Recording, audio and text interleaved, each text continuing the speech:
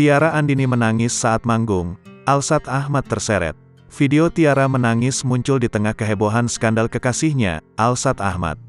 Beberapa waktu lalu, publik dihebohkan dengan kabar Alsat Ahmad yang ternyata sudah pernah menikah dengan perempuan bernama Nisa Ashifa.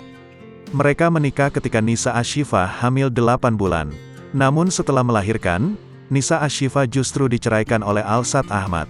Kabar ini pun membuat banyak netizen yang menyoroti hubungan Alsat dengan penyanyi Tiara Andini. Sebab, saat ini mereka diketahui sedang menjalin hubungan asmara. Kini viral video Tiara Andini menangis saat manggung. Dalam video yang beredar terlihat Tiara Andini mengenakan dress biru.